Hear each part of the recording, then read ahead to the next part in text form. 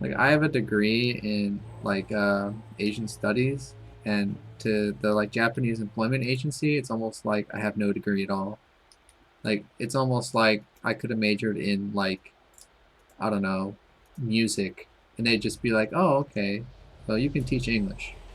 Like it just means nothing. Like I studied Japanese, and it's almost like I don't know Japanese at all. So I mean that's just how it is. Happy New Year in English, right? Happy New Year, right? You got it. In Japanese, it's akemashite. This means opening. Akemashite is opening. And then omedetou means congratulations. And you read it backwards. Congratulations for the opening. And in English, it's Happy New Year. So it's like the way Japanese is spoken is backwards and in a different way. Now let's do Chinese. Chinese is much easier for this reason.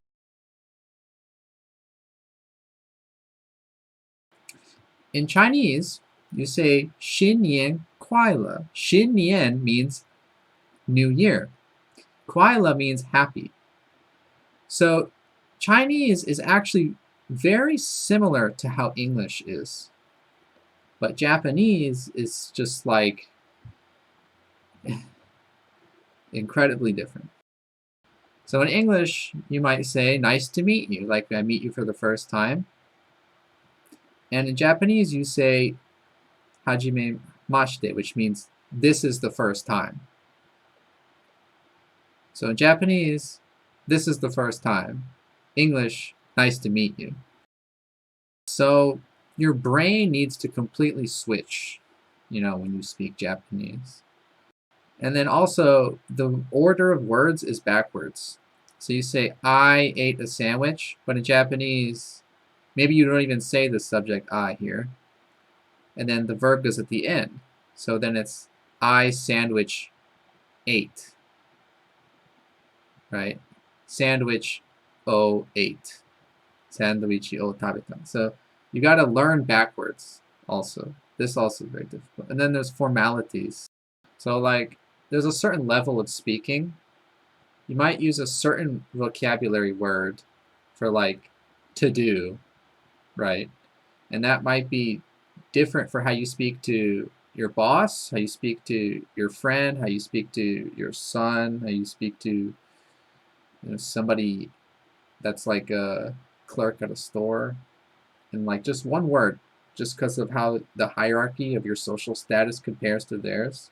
And in English, you don't do this, but in Japanese, you do. Yeah, but I won't even get into kanji. That's like another thing. This is the forms that to do can take. You probably won't be able to understand that very well. So like, I started learning Japanese just because I was at college and there was a class for it, and I took it, and I kind of liked it because it was hard and different. But looking back, I should have just stuck with programming, but I was stupid at the time. So yeah, when you watch like the Japanese was movie with the subtitles, the word order is switched, and the way of speaking might be different. Like I showed you with Happy New Year, like they might mean Happy New Year, but they might say it in their way, and it's not what you'd expect, right? Let's give you another culture shock.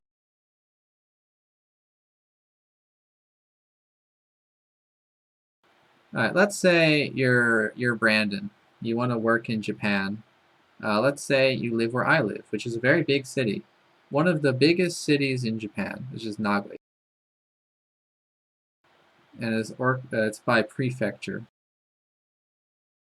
So, right, I live in Aichi. It's a very big prefecture. All right.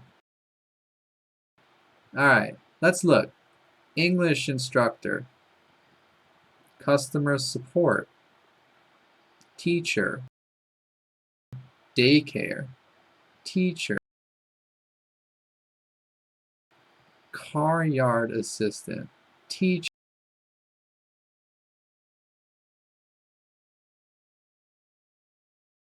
Math instructor. Probably can't even do this even if you had a math degree. Japanese teacher.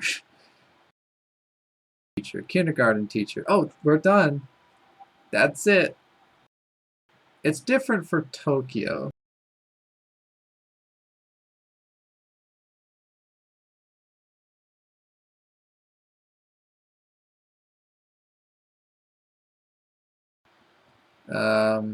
There's a lot more different kind of stuff, but you will still see it's mostly teachers.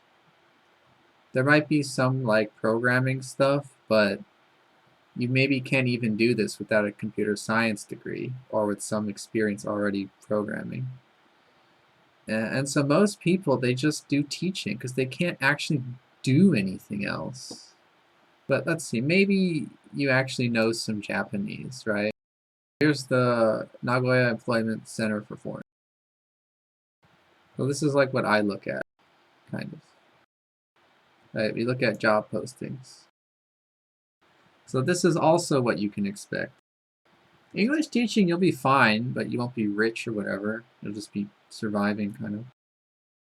Alright, you can do metal plating and coating of automobiles, cooking assistant,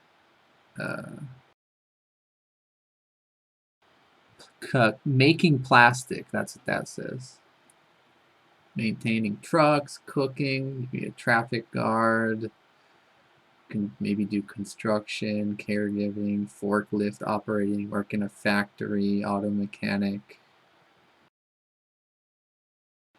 Like, if you want like an office job, I mean, it's like, it's not easy to get because probably that's the ones that are written in Japanese. And if they're written in Japanese, it means you need to have good Japanese. And yeah, yeah, no, Japanese is like hieroglyphics, you know? This is days service, like worker, basically. And then this is like the time you'll work, let's say, 8:30 to 17:15 is military time. They use military time in Japan, so that would be like 5:15. And I think that there's like overtime you can do. Yeah, so required overtime, 20 hours. Required overtime, 30 hours. So like you're actually required overtime. And even if it says 0 hours, you maybe still do overtime because that's what other people are doing anyway. But this is actually just like required, I think. Or if it's not required, it's like expected. Because it's like if they give you overtime hours, you're like supposed to do it. Kanji is really hard, you know.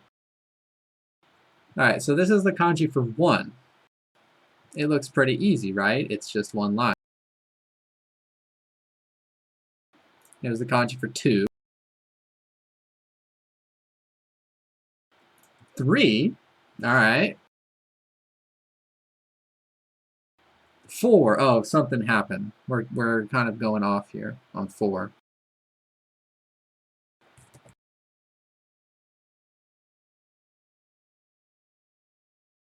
Alright, 5. Yeah. So, writing kanji is very hard. Most foreigners don't know how to write kanji unless they're Chinese, but you can read it. The problem with reading it is it kind of takes a lot of form. So there's the characters for Japan, right? This is Japan in kanji. They say Nihon.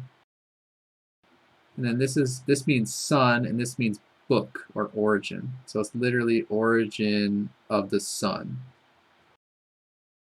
So this is where the sun came from. It came from Japan, right? But this character isn't only pronounced home, it can also be moto. And this isn't only ni, it can also be he, or bi, or jitsu, or nichi, or ka. So you see, this character is not only pronounced ni, like it is here. So this is what makes Japanese so hard, is this one character can have all these different pronunciations. In Chinese, it doesn't have this. In Chinese, this character would only have, let's say, this one pronunciation. Maybe 2 max. But in Japanese, they could have like 10. And yeah, I use that for push to talk. I also use V. So there, I use V as well. So that's fine. This is just kind of like my basic Japanese lesson here to kind of show you the complexity of the language. So like you might see this character and you might kind of know what it means, but you maybe don't know how to read it because you have to remember how it works with the pair kanji, this one. Because if this was by itself, it wouldn't be ni. It would be he for day. Just by itself, it's he.